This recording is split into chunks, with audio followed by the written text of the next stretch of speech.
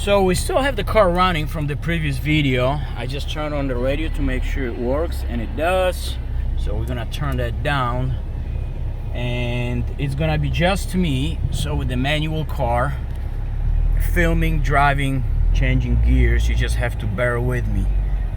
But we've done it before, so we should be all right. Suspension is in a normal setting. And we'll take it around the block. I've driven this car on a few occasions. As far as the gauges, everything works. Obviously you can see that.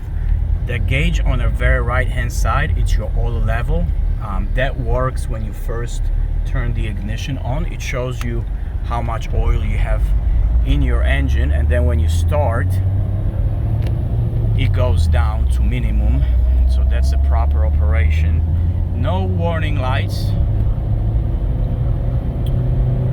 This is a residential area, so we're not gonna go crazy.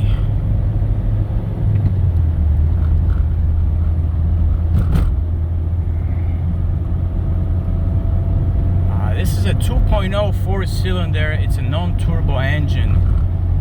I'm not really sure how many horsepower it has. If I remember correctly, when I bought it, the description would list it at 115 or 120 or somewhere in that range. But quite frankly, the car is not slow. I mean, I think it's a light car. I think these cars back then were built a little differently.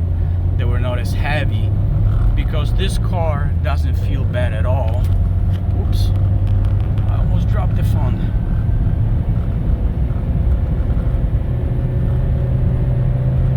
And in the fifth, the car pulls to the left right now, and I think it's because when it's set, the tire pressure on the front wheel went down, because I don't remember this car pulling when I drove it previously. Also, if you look at the tires, they're pretty evenly worn, so I don't think there's an alignment issue. I think it's just one of the tires is simply low on air.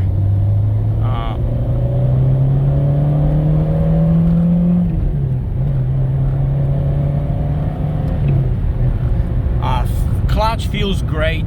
The transmission feels very solid. Suspension feels good. Again, we did replace all 4 spares on the suspension, so the car drives very nicely. Again, it's an old car, but it sounds very, very solid in terms of mechanicals. Okay, we're going back, and we're gonna put this thing on the lift now.